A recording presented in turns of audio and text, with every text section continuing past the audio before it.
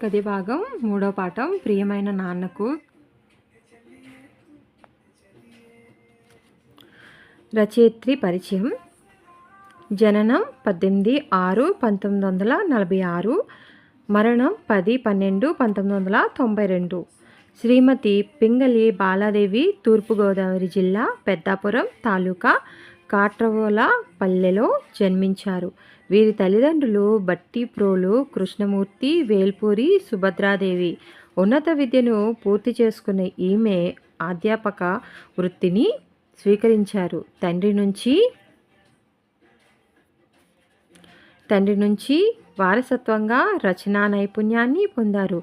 తెలుగు, హిందీ, ఒడియా, బెంగాలీ భాషల్లో రచనలు చేశారు. ఒక చీకటి, ఒక వెన్నెల, పొగమంచులో సూర్యోదయం మొదలైన నవలలు, నాన్నకు రాయని ఉత్తరం,